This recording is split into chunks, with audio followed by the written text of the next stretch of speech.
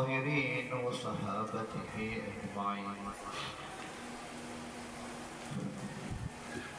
قال المصنف رحمه الله ونفعنا بعلومه وعمله في الدارين. باب بيان الفرض والواجب والسنة والندب. Bab bayan ng fardu, wajib, sunat at saka mandub. Wal wajibu wal fardu wal maktubatu wahidun. Ang wajib, ang fardu at ang maktuba ay iisa. Isa lang yan. Yan parehas ng kahulugan. Mutaradif, wahid dito ay mutaradif. Mutaradifah. Ibig sabihin ng mutaradif, pagkakasing kahulugan. Walang pagkakaiba. Sa madhab ng Shafi'i. Sa madhab ng Shafi'i, ang wajib, ang fardu at ang maktuba ay isa lang yan. Walang pagkakaiba. Dito sa number 1, sabi niya, wahidun. Dito sa gilid ay fi ghairil manasik, sa hindi amal ng hajj. Kasi sa amal ng hajj, na doon nagkaiba yung fardu at saka yung wajib. Doon nagkaiba yung fardu at saka yung istilah ng wajib. Pero kung tutuusin na yung istilah ng fardu sa hajj at saka sa umrah, na kahulugan niya doon rukun. Rukun. Kaya yung rukun, kasi yung kasama sa kahulugan na wajib, kasama sa kahulugan na fardu. Ganon din yung tawag dito, ganon din yung mga wajib. Yung wajib na yun, yung tinatawag na shart doon sa hajj. Ano ito? So yun lang. Pero sa atin, ang istilah sa fardu, wajib, maktub, na iisa. Yun ay wahuwa at siya. Siya na iisa. Yan yung magkakasing kahulugan yan. Maya ta'allakul iqabu bitarkihi. Bagay na nakakonekta ang iqab. Ang parusa bitarkihi sa pag-iwan niya, tarkima. Kung iwanan yung bagay na yun, na nakatalok sa kanya.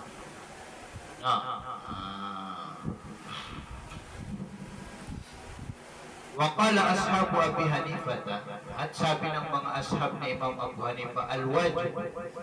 Katayo, kasi khilaf ang Shafi'i at saka Hanafi. Pero ang jumhur ng mga ulama natin, sinasabi nila ang wajib, fardu na lagi din ang samana. Iisa ang kahulugan. Walang pagkakaiba. Pero kay Imam Abu Hanifa at sa kanyang mga ashab, nasabi nila ang wajib at fardu at may pagkakaiba. Kasi ang wajib sa kanila, na medyo mas mababa kaysa pagdating sa fardu. Ang fardu sa kanila na yun ang mas mataas. At tingnan natin kung paano nila sinabi ang wajib. Al-wajib, sabi ng ashab ng Abu Hanifa, mazabata wujubuhu bidalilin mujtahadin bihi. Ang wajib ay bagay, kumbaga na bagay na ito yung bagay na amaliya. Ito yung bagay na amaliya o kaya ma'murun o kaya yung bagay na ipinaputos sabat na wujubuhu na naitalaga ang pagkawajib. Ibig sabihin na nasigurado na wajib siya pero bidalilin mujtahadin bihi. Sa pamamagitan ng dalil na mujtahadin bihi na inijtihad. Pamana dalil ng inijtihad. Kumbaga na yung pagsasaad niya ng wajib na dumating muna sa ijtihad. Hariyo. Sana halimbawa, sa kanila kalwitri, tulad ng witir sa kanila. Wal udhiya at tulad ng kurban sa kanila. Indahum sa pananaw nila. Sa pananaw nila. Kasi ang witir sa kanila wajib, pero hindi fardu. Paano nila hinatulan yung witir na wajib? Kasi yun nga yung dalil na inijtihad nila. Ano yung inijtihad nila? Ang Rasulullah sallallahu alaihi wasallam ay minsan hindi niya iniwanan magsambayan ng witir sa panahon man na siya ay nasa bahay o kaya nasa paglalakbay. So inistinbat nila mula doon sa hindi niya iniwanan na yun ang pagiging wajib. Kasi kung hindi wajib, hindi ganun ang gawain ng Rasulullah sallallahu alaihi wasallam. Yun ang pananaw nila sa witir. Tapos wal fardu, at ang fardu naman sa kanila na masabata wujubuhu, no, bagay na sabit, no, bagay na naitalaga wujubuhu ang pagkawajib niya bidalilin maktu, no, sa pamamagitan ng dalil na maktuin bihi, no, dalil na dinesisyonan siya na dalil.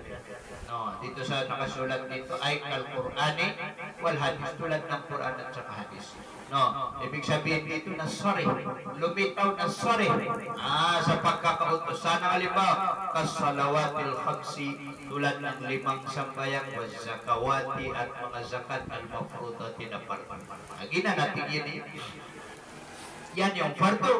Wa ma asbahaha, at yung bagay na tumulad siya na bagay ha sa nabanggit na salawat al-khams wa zakawat. Nagilagay dito. Yun ang sa pananaw ng mga Hanafi. Wa hadha khata. At ito sabi niya, no, ito sabi niya ay maqalahu ashabu Abi Hanifa, o kaya dito ay at-tafriq bainal wajibi wal fard, yung pagkakaiba ng kahulugan ng wajib at saka fardu sa pananaw ng mga Hanafi na khata'un, mali. Bakit? Bakit mali? Li'anna tariqal asma'i, dahil tandaan, kumbaga, no, ang tariqal asma', pag-aralan natin yung unang-una pa, no, yung mga natawag dito doon sa page na ano ba yun? Tanong ito. Doon pa sa unang-una, al-wujuh allati tukhadhu minha al-asma' al-balughat, sa page 33. Kung titingnan natin dito sa libro natin sa page 33, no, nandoon kung saan kinukuha yung mga luga, yung mga salita, no, kinuha sa luga, kinuha sa urf, kinuha sa syak, at saka kinuha sa qiyas.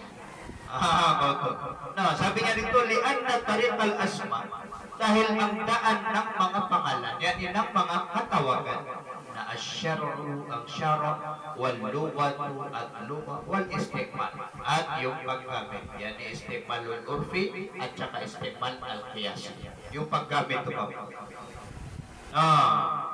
Depende sa kumbaga sa sabi ni Musannif rahmatullah alayh, walang pagkakaiba. Ayaw lang ang nagsasabing may pagkakaiba. Kasi yung paraan ng katawagan, yung asma na katawagan na kinuha sa asyar'u, sa syara', wal lugha, sa lugha, wal istiqmal, at doon sa paggamit. Doon sa paggamit. Depende sa paggamit, katulad ng istiqmal urfi o kaya istiqmal qiyas. Yung istiqmal dyan na dalawa, urfi at saka qiyas. Walaysa fi shay'in min dhalika farqun, wala, no, fi shay'in, sa alinman, min dhalika ay min asyar'i wal lugha wal istiqmal, farqun, pagkakaiba.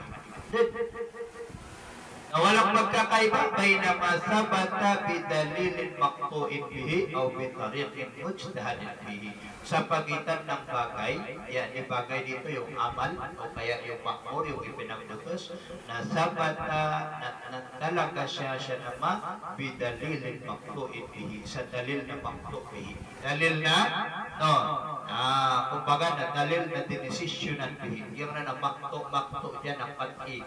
No, kasi meron tayong dalil na dalawang klase ng dalil. Unang-una, dalil na zanni. No, pangalawa, dalil na patay. Kumbaga na itong dalil ng patay upama, na ito yung dalil upama na epektual sa patay na pumuputol. Epektual sa dalil ng patay upama na kumbaga sa atin na dalil na sari, prangka, itayo mo ang sambayang. O kaya nagsasabi yung dalil na wajib pagsambayang, aginan iputulad sa patay. Yung tungkol naman sa zanni, ayun yung dalil na dumaan sa ijtihad. Yung dalil na dumaan sa ijtihad. Kumbaga na inijtihadan ka kung ano ang magiging hukom niya. Ito yung pamanagawa. So yung makto na ito na parang nagsasaad na ito yung sari. Anong halimbawa ng sari? No, aqibus salat wa atuz zakat. Ayan yung mga dalil na sari. Itayo nyo ang sambayang, ibigay ninyo ang zakat. Yun ang dalil na sari o kaya dalil na pati na nagsasaad na wajib ang sambayang, wajib ang zakat. Ano ito? Aw bi tariqin mujtahadin fihi, o di kaya ito yung dalil na sa paraan ng mujtahad fihi. No, bitariqin mujtahadin fihi, o di kaya yung paraan na inijtihad sa kanya. Ito yung dalil na zanni. O, tanong ninyo ito, ang dalil dalawa, pat'i at saka zanni. Ano ang ibig sabihin ng pat'i? Yun yung dalil na nagsaad ng sorry, prang sinabi, prang na sinabi. Walang pagkakaiba. Kasi nga, doon sa katawagan. Paman itong si Musannif rahmatullah alayh, wala siya dahil sa ang ginamit niya dito na istidlal na lugawi. Kumbaga kinuha niya sa ahlul lugha, kung paano ang wajib at saka fardu. Lagi din natin. Faslun wa amma sunnatu famarusima liyuhtada bihi ala sabilil istihbab. Amma sunnatu patungkol naman sa tinatawag na sunnah na famarusima na bagay na anuman ano yung minal ibadah, sabi niya dito minal ibadah, ibadat na rusima na iginuhit siya nama liyuhtada bihi na sundin siya bihi na naipait si kuyuhtada sundin ala sabilil istihbab, sa paraang istihbab, paraang sunat. Paraang istihbab, paraang mustahab, sa paraang nagugustuhan. Wahiya wan naflu wan nadbu bima'nan wahidin. At siya na sunnah, wan naflu wan nadbu, at yung nafal mandub, meron pang iba katulad ng mustahab, at saka tatawo, lagi-lagi dito, muraqab bihi. Upapakoy sunat yun, yung mga lagi-lagi sa mana. Unang-una sunnah, tapos nafal, tapos mandub, nadbun, tapos mustahab, tapos tatawo, tapos muraqab bihi. Pala itong lagi-lagi sa mana. Muraqab fihi, pare-parehas bima'nan wahidin, iisa rin ang kahulugan. Siko mga istilah. Ginanipod doon sa sunnah. Ano yung sunnah? Yun yung ibadat na iginuhit upang sundin. Pero sa paraan ng mustahab. Sa paraan ng kinagigiliwan. Nababaman na paraang obligado. Kasi yung wajib na yun ay bagay na iginuhit upang sundin sa paraang obligado. Naginandi sa paraang sunnat lamang. Paman na sa paraang kaaya-aya. Wa minan nasi man qala, iba pang mga tao, yan ibang mga madhab nagsasabi itong annas, pag sinabi niya dito annas, ibang madhab yan. Wa minan nasi man qala as-sunnatu, at ilan sa mga tao nagsabi, qala, sinabi niya na as-sunnatu, ang sunnah na matarattaba. Bagay na natartib siya ay sabata wa dama, bagay na tarattaba, yan bagay na natalaga wa dama at tuluyan. Ito yung tinatawag na sunnah. Katulad ng alin na sunnah, as-sunan ar-ratiba, katulad ng mga sunnat rawatib ma'al faraidi, kasabay ng mga fardu. Hariyo, yun ang tinatawag na sunnah. Yun ang tinatawag na sunnah. Ano yung sunnah na yun? Matarattaba, bagay na kumbaga na naitalaga na. Bagay na naitalaga na. As-sunan ar-ratiba, tulad ng mga sunat. Yun ang sabi ng ilan sa mga qawl. Wan naflu wan nadbu, at ang nafal at nadab na mazada ala dhalika, yung bagay na hisosobra ala dhalika sa nabanggit. Yung bagay na sumobra sa nabanggit. Ano yung sumobra sa nabanggit? Yung katulad ng mga nafal salata, yung kay ginagawa ng pabatiatan sa tawag dito sa Padaili Amal. Makikita mo doon ng mga nafal salat. Yan mga nafal salat. Bakit? Kasi hindi kasama sa mga rawatib. Kasi ay sunyuran sa Padaili Amal na hanapin. Na ginamit nila yung istilah nila na hanapin. Ano yan nakasabi nila 100 rakaat na nafal salat. Diba? Nabasa rin nyo doon sa Padaili Amal. Nagiging na Padaili Amal na sunyuran na hanapin. Simula na sa karya. Iba yung istilah nila sa sunnah. At iba rin yung istilah nila sa napan. Pwede kang tinutukoy niya dito na minannas ay mga Hanafi at iba pang mga ulama.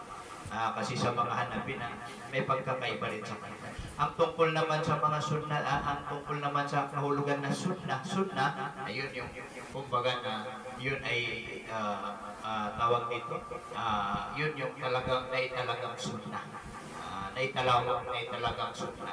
Tapos itong nafal at saka mandub na ito daw yung usang ginagawa ng tao. Kaya nga sabi niya dito, mazada ala dalika, bagay na hihigit o kaya susobra sa nabanggit. So ibig sabihin, halimbawa ang sunat sa unahan ng subo, 2 rakaat, na ginawa kong 4 na rakaat, na yung dalawa na yun na ang tawag doon na nafal at saka mandub. Naboto sunna, ang tawag doon nafal at saka mandub. Nasabi ni Musannif, wahada la yasihu, at ito ay al-farqu la yasihu, hindi sah, hindi correct. Kabaliktaran ng khata, ang muradib ng khata na la yasihu. Bakit?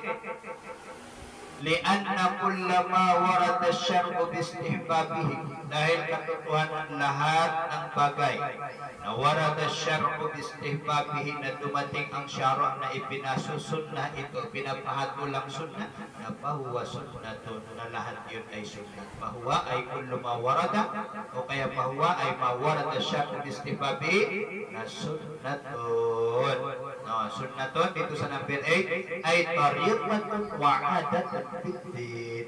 Tariqah, pamamaraan, wa adatun, at kinagisnan fiddin sa agama. Yun yung mana sunnah. Tariqatun wa adatun fiddin. Sawaun ka na ratiban o ghayra ratibin, parehas kung ang kalagayan niya na mawarat na siya kung istibabi, rawatib o ghayra ratib. Parehas kung rawatib o kaya hindi rawatib. Bakit? Kasi katulad ng pamanang sambayang na duha. Ang sambayang na duha na pamiyapin sa rawatib. Hindi kasama sa rawatib. Pero, ang kaulugan niya sunnah. Sunnah. Kasi ang Rasulullah sallallahu alaihi wasallam, nabanggit, siya ay palagi nagsasambayang ng duha. Tapos yung dalil pa ng duha, na yung oras na ang Rasulullah ay nandoon sa Makkah. Ang nagriwayat ng isang sahabiyah na ang Rasulullah ay nagsambayang ng sunnat na duha. Yung nandoon sa Makkah, yung Fathu Makkah, doon lumitaw yung riwayat ng sambayang ng duha. Kaya in-istinbat ng mga ulama na ang sunnat na duha ay wajib sa Rasulullah sallallahu alaihi wasallam. Pero sa umat na ito, sunnat lamang.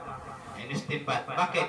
At yung pamanakan tiduan ng labanan mo, may panahon na pang magsamba-sambayang ng sunnat. Imposible kung magaganon yung tinatawag na. So, yung mga ulama, sinabi nila ang sambayang ng duha ay wajib sa Rasulullah sallallahu alaihi wasallam. Pero hindi sa umat na ito. So parehas yun, yung rawatib at hindi rawatib, na panama ng lihadal fakri, na walang makna. Kumbaga na walang kabuluhan, lihadal fakri, para sa pagkakaiba na ito. Lihadal fakri sa pag-iba na ito. Yan, at-tafriq, bayna makna, as-sunnah, wal-nafli, wal-nadwi. Faslun idza qala sahabi amara Rasulullah sallallahu alaihi wasallam bi kadza, kapag sinabi ng isang sahabat. Pag sinabi ng isang sahabat, amara Rasulullah sallallahu alaihi wasallam. Kasi ganito yan ang hadis ng barang-barang paraan ng pagriwayat. Merong tinatawag na sigatul jazmi, at saka merong tinatawag na sigatul tabrid. Siga jazmi, al-jazm. Kumbaga na salitang padiin, at pangalawa na siga tamrid. Siga tamrid. Ibig sabihin ng siga tamrid na salita may kumbaga na salitang kumbaga na nasasaktan nating tanong, kumbaga ng salitang may taglay na kahulugang upama na sakit. Nakatulad nito, kala, dakara, ito ang mga siwat tamri. O kaya yung mga salitang sami ito, yun yung mga siwat jasmi. Sinabi ng Rasulullah sallallahu alaihi wasallam, o di kaya yung iba pa na dakara Rasulullah sallallahu alaihi wasallam, o di kaya sami'tu Rasulullah sallallahu alaihi wasallam, o di kaya yung salita na ra'aitu Rasulullah sallallahu alaihi wasallam, o kaya ganito na fa'ala fi hadratin Nabi sallallahu alaihi wasallam, na yun tinatawag na siya salitang jazam, kumbaga na salitang biit, na talagang yun ay gawain ng Nabi sallallahu alaihi wasallam. Pero meron namang mga salitang tamrid na ininisbat sa Rasulullah. Ayat betul na siwa tamrid. Halimbawa, ruwiya anin Nabi sallallahu alaihi wasallam. O kaya, wawarada anin Nabi sallallahu alaihi wasallam. Kumbaga naging na siwa tamrid na yun yung salitang, kumbaga na salitang nagtataglay ng sakit mga. Siwa tamrid. So, itong dalawa na ito, na ang hatol niya sa hadis na ala hukmil marfu, hadis marfu. Hadis marfu. Hadis marfu. Hadis marfu anong ibig sabihin ng hadis marfu? Yung mga salita na ganito parehas kung siwa tamrid o kaya siwa jazm. Kuwan. Pero meron din tinatawag na meron din tayo tinatawag na hadis na mursal. Hadis na mawquf. Mawquf. Hadis na mawquf. Itong hadis na mawquf, nakatulad nitong makikita natin na halimbawa. Itong makikita natin na sasabihin. Ginagputuan siya na hadis na mawquf. Bakit? Kasi nanggaling sa sahaba. Sasabihin ng sahaba na ang ginagawa namin ay ganito. O kaya yung salita ng sahaba ganito pa man ay ang patuan sa hadis na mawquf na yan yung patwa ng mga sahaba. Pero tanong din nyo, kagyan na istilahaya sa usula, na ba yung istilah sa mustalah hadis? Kasi ang istilah sa mustalah hadis na magkaiba. Sa mustalah hadis na kapag mawquf na salita ng tabi'in. Salita ng tabi'in. Ang ginanima na mawquf. Salita ng tabi'in na winakap sa sahaba. Bidan mga panganigan ng isang mustalah hadis. So ngayon dito tayo sa hadis na marfu. Ang anong ibig sabihin ng hadis na marfu? Yan, magkaparehas dyan ang atol ng mga muhaddisin at saka usuliyin. Betul sa hadis na marfu na ito yung hadis na parehas binigkas ng siga jazm o kaya siga tamrid, na parehas yan, na gawain yan ng Nabi. Gawain ng Nabi. Nakatay sa ibarat na mawquf. Ito yung halimbawa ng mawquf. Baslun idha qala sahabi, kapag sinabi ng isang sahabat, amara Rasulullah sallallahu alaihi wasallam bikada. Pag sinabi na ganun, amara Rasulullah sallallahu alaihi wasallam bikada. Pag ganyan ang salita niya, na ginanipituan sa hadis na marfu. Mawquf. Ang tawag yan, hadis na mawquf, kasi sinasabi ng Rasulullah. Sinasabi ng sahaba ganito, na paano yan? Ano ang hatol dyan? Wajib maqbul. Wajib na tanggapin siya. Tingnan nyo man dito sa number 1, sabi niya, wajib na tanggapin. Ibig sabihin na wajib na kunin yan. Ibang dalil, wajib na kunin. Gagamitin dalil yan. Bakit? Kasi itong hadis na mawquf dito, na ang hukom niya ay katulad ng hadis na marfu. Ay ako kumanin na lagi yung hadis marfu. Ang hukom nito ay hadis na marfu. Ewan ko manin hadis na marfu.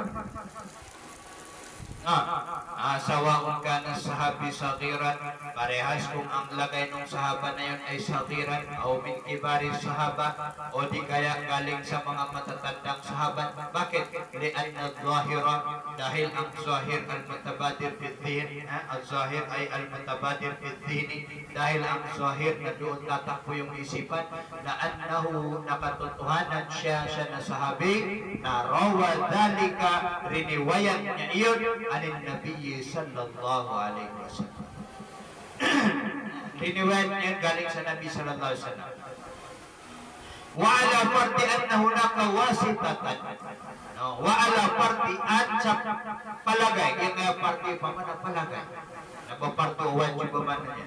Wa ala fardi at sa palagay anna hunaka wasitatan. Kumbaga naitansya natin dahil halimbawa ang nagriwayat maliit na sahaba. Kumbaga na yung sahaba na yun o ba man na katulad ng mga tulad nila Ibn Abbas mga ito sila maliliit pa sila. Maliliit pa sila na pagkatapos na nagriwayat sila ng hadis na pwedeng ihtimal na yung hadis na sinasabi nila na qala Rasulullah ay nanggaling pa yan sa matandang sahaba. Nanggaling pa yan sa matandang sahaba. Pwedeng ganun. Kapagaya lagi dito. Kasi nga, bata maliit na sahabay. Batang-bata pa na sahabay. Ariyo, na pwede yung salita nila, na pwede pang nanggaling pa yun sa ibang sahaba. Na ba direkta ang narinig nila sa Nabi sallallahu alaihi wasallam. Na ba direct ang po sa Nabi sallallahu alaihi wasallam.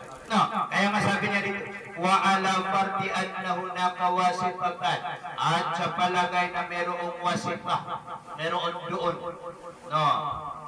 Meron doon. Saan doon? Dito sa maruwiyan ng Nabi. Maruwiyan ng Nabi. Wasifatan. Merong tinatawag na wasifah. Merong namamagitan.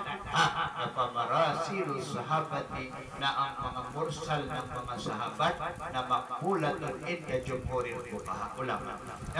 Makbulat, tinatanggap sa karamihan sa mga ulama. Ibig sabihin ng mursal, kasalakaw pa ng na-istilah.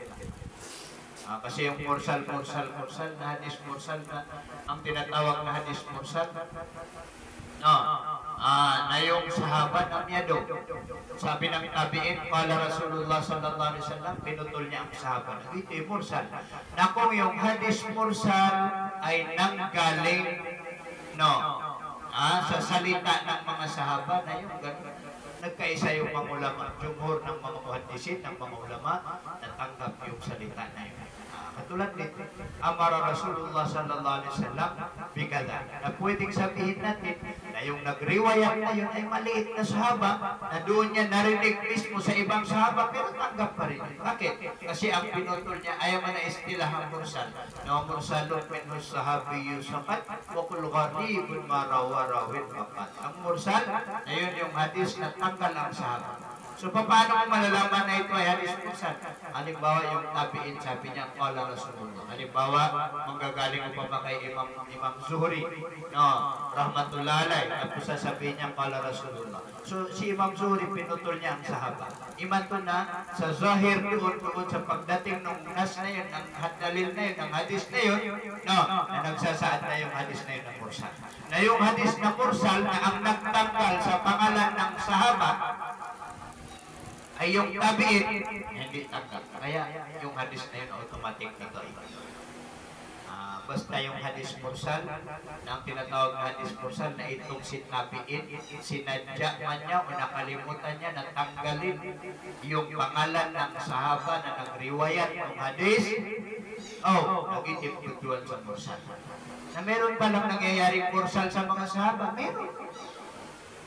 Meron.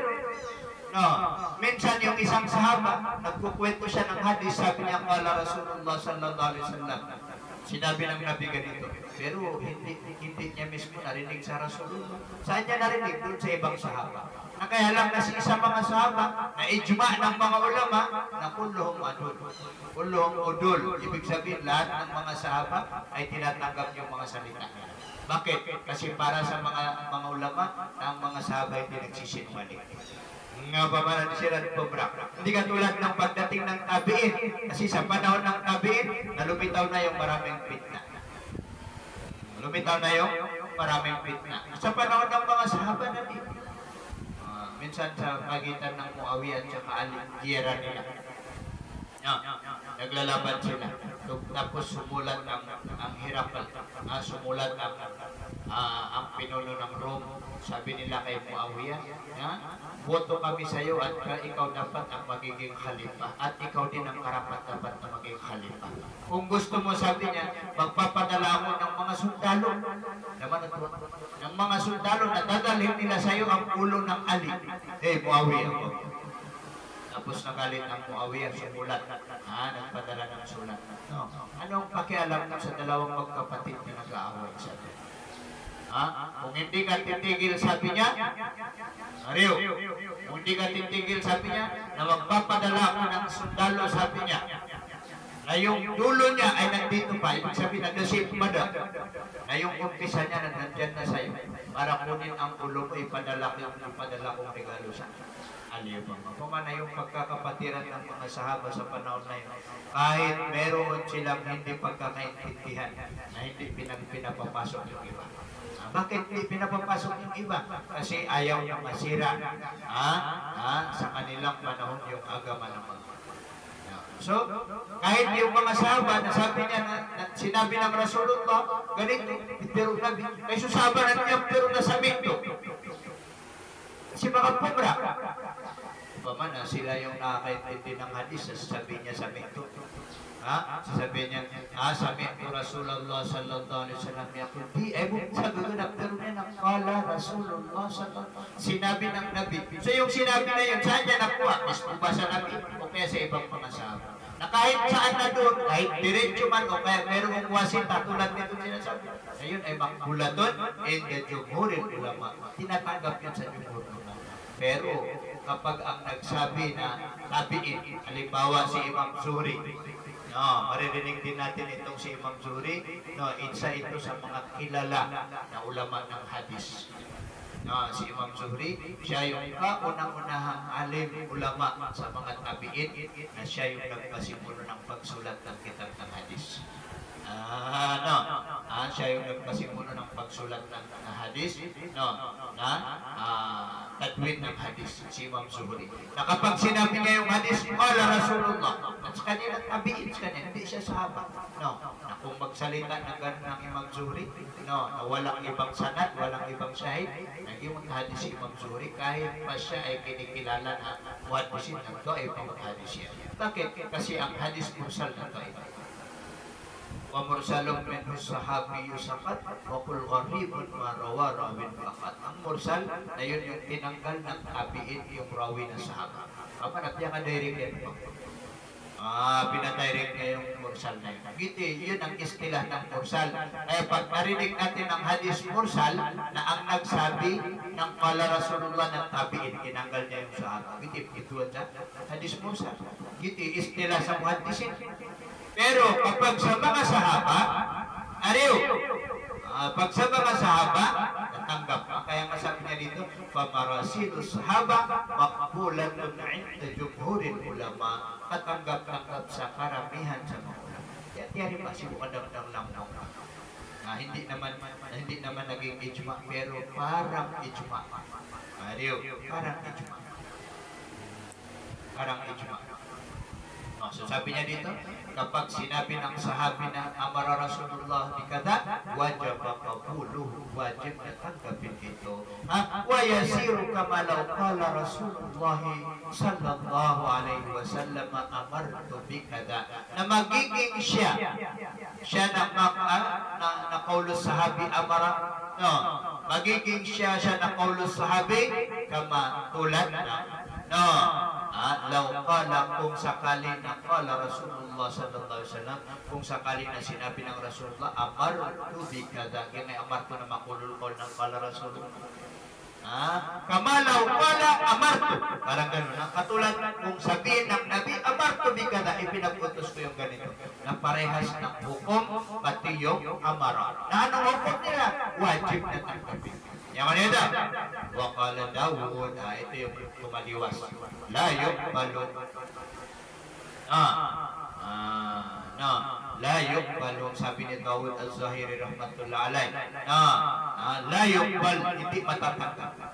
Hindi matatanggap. So siya yung lumabas dito sa kapwa.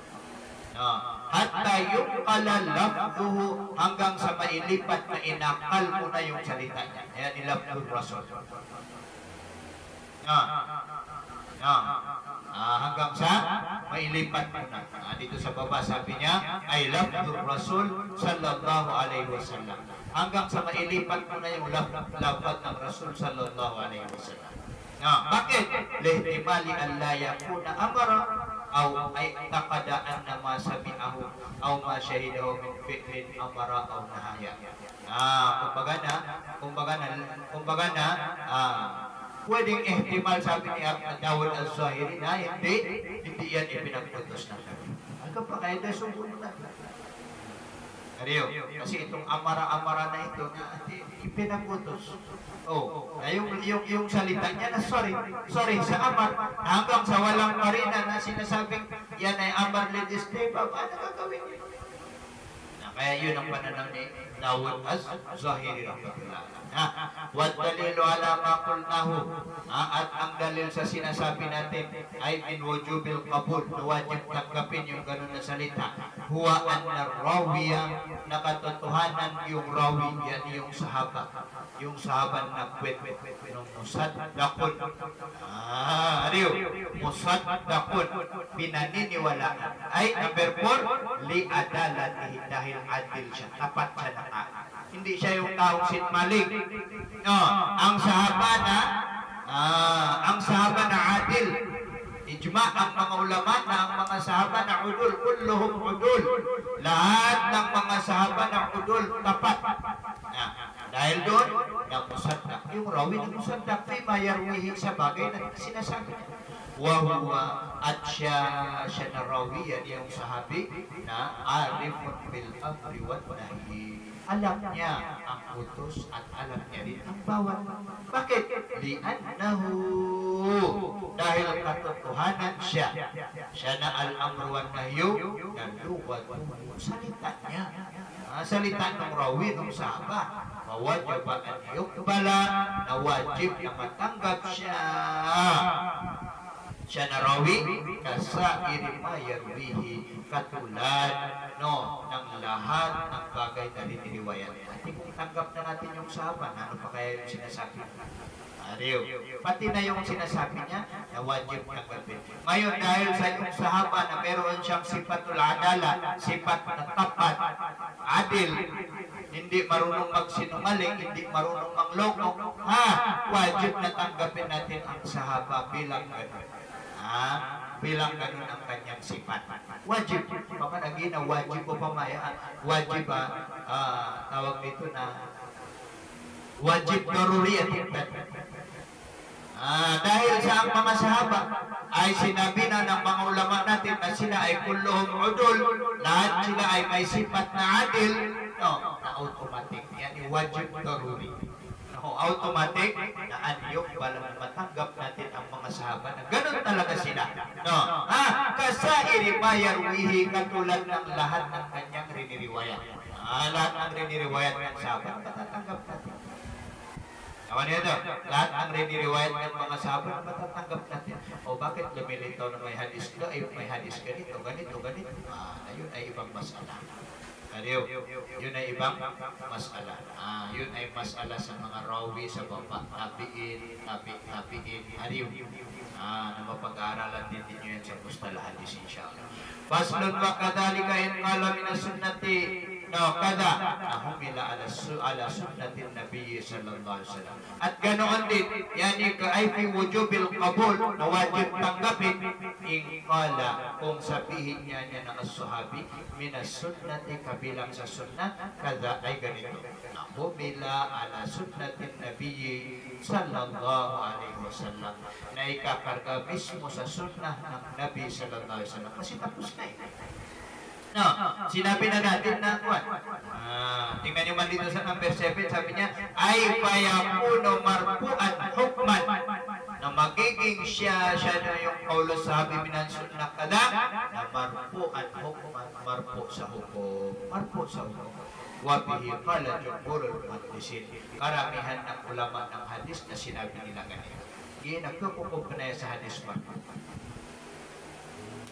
Hadis marfu. Ano ang hadis marfu? Ang hadis marfu na parang mismo na ang Nabi ang nagsasabi. Wa amma idza qala amara fulanun bikadha umira fulanun bikadha, at kapag sinabi niya na sahabi umira fulanun bikadha, inutusan si ano ng ganito, au umirna au nuhina, no, o di kaya sinabi nila na sinabi nung sabi umirna, inutusan kami, au nuhina, o kaya pinagbawalan kami, walam yusamma al-amiru, sa walhal hindi binanggit al-amiru ang pangalan ng nag-utos, walang nahi at ang pangalan ng nagbawal, dumatur, pero sinabi niya umirna wa nuhina, kumatanuan ang sa mga hadis, umirna ka ganito wa nuhina ganito, humila dhalika ala rasuli sallallahu alaihi wasallam, na ikakarga iyon, yani dhalika ay al-fa'il, ano yung fa'il, yani al-amir wa nahi ala rasul sallallahu alaihi wasallam, sa Nabi sallallahu alaihi wasallam. Ikakarga na yan sa Nabi sallallahu alaihi wasallam. Bakit? Number 8, li'anna dhahira anna al-amira awin nahi huwa rasul sallallahu alaihi wasallam. Dahil yung zahir na mutabadir na agad-agarang sasagi sa isipan ng tao, na yun ay nanggaling yung utos o kaya yung pagbabawal mula sa Nabi sallallahu alaihi wasallam. Wajib din na ikarga. Ano ito? Wa qala ashabu Abi Hanifah la yuhmalu ala dhalika illa bidalil, hindi pwedeng ikarga doon ay ala dhalika ay ala rasul, no, hindi pwedeng ikarga sa Nabi sallallahu alaihi wasallam, yani hindi pwedeng ikarga ay palayakun marfu'an hukman, doon sa number 10 nandoon na, no, ay palayakun hukman marfu'an, kaya ay palayakun marfu'an hukman, hindi pwedeng ihatol siya na hadis marfu', illa bidalil, maliban sa merong dalil. Wa huwa siya na adabul hamdi ala dhalik, yung hindi dapat ikarga sa Nabi sallallahu alaihi wasallam, na qawlu Abi Bakr as-Sayrafi rahmatullah alaihi, sa Abi Bakr as-Sayrafi na padanan sa mga ulama Syafi'i. Wa hadha ghairu sahih, at ito ay hindi tama, ay adabul hamdi ala dhalik na ghairu sahih, hindi tama. Bakit? Li'anna alladhi yuhtajju bi amrihi wa nahyihi wa sunnatihi huwa rasulu sallallahu alaihi wasallam. Dahil yung ipinagdadalil ang utos niya at pagbabawal niya at sunnah niya, na siya ang Rasul sallallahu alaihi wasallam. Fa idza atlaqa sahabi, na kapag binitawan ng sahabi yung salita dhalika, binitawan ng sahabi yung dhalika iyon, yani al-madhkur min al-amri wan nahyi was sunnah, na wajaba an yuhmala alai, no, na wajib daruri, yeso ito man ang automatic na dapat an yuhmala, na ikarga siya na dhalika alayhi, sa kanya, alayhi ala rasul sallallahu alaihi wasallam. Kasi wala namang ibang nabuutos, wala namang ibang nagpabawal, wala namang nagsasaad ng sunnah, maliban lang sa Nabi sallallahu alaihi wasallam. So wajib na tanggapin. So yung mga ganun na mga estila, lahat yun ay wajib na matanggap, no, kapag ganun ang sinabi ng sahaba. Patungkol naman sa mga ijtihad ng mga sahaba, na walang mga ganitong salita, amara, minas sunna, o kaya umira, umirna, nuhina, hindi ganun ng mga salita. Kasabi katulad ng sabi ng Ibn Mas'ud radiyallahu ta'ala anhu, la in taraktum sunana nabiyikum la dalaltum, kung iiwanan ninyo ang sunnah ng nabi ninyo, natiyak na kayo ay maliligaw ng landas. Nakatiro na kayo Ibn Mas'ud na hindi yun hukum marfu, ayaw mo kumano ito, mawkuf. Bakit? Kasi walang mga salita, walang sirah na nagsasaan. Upama na yung siwa na yun ang magiging marina, yun ang magiging palatandaan na yun nga ay galing mismo sa Nabi sallallahu alaihi wasallam. Yan ito. Wallahu a'lam. Babul qawli fin nahi.